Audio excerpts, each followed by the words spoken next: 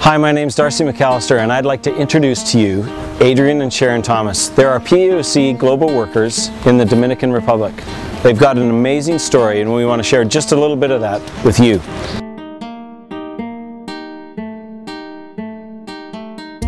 It all started for us in the year 2000 when as a pastor, I came down to the Dominican Republic on a short-term mission trip. I actually led the trip for a group of young people, and while I was here in the Dominican Republic, they invited me to come and speak to a group of pastors.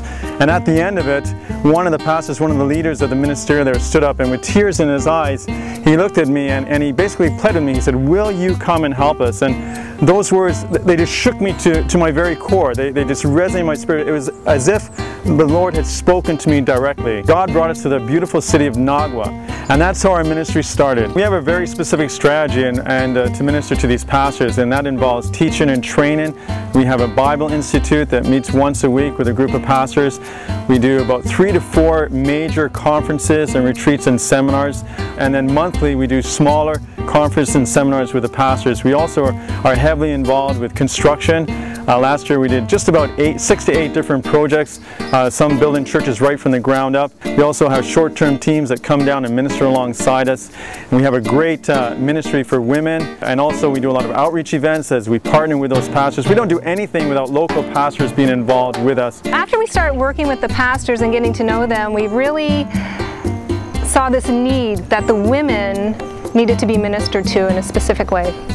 And so we started calling the pastors' wives and the women pastoras and having them come together for a small prayer meeting.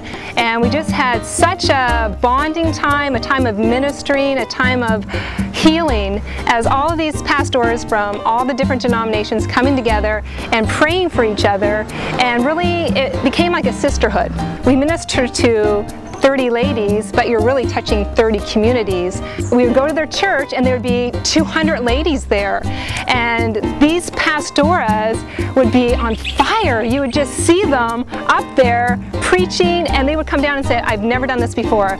We've never had any ladies come out. We've maybe had 10, 20 ladies come for a prayer time, and now my whole community is changed because of this small group of ladies just loving on each other and receiving from the Lord." The ministry is called Women of Destiny because we feel that God just has a destiny for every woman and a call and a vision for their community. The scholarship program was really birthed from a need that we saw in the pastors' lives. School here is free. Any child can attend a public school for no cost at all. And so why were half of the children not in school? After talking with the pastors, we realized that you can't attend a school unless you have a uniform, the shoes, the backpack, and the notebooks. And so for just $60 a year, we could provide all of the things that the kids needed to attend school. And so we decided that we were going to bless our pastors and make sure every child gets an education. As a mom, $60, that's the only thing separating my child from getting an education. That's crazy. A pair of shoes and a pair of pants and a shirt is the difference between getting educated and not getting educated. We couldn't let it happen. In response to what you've heard, we want to invite you to do a couple of things.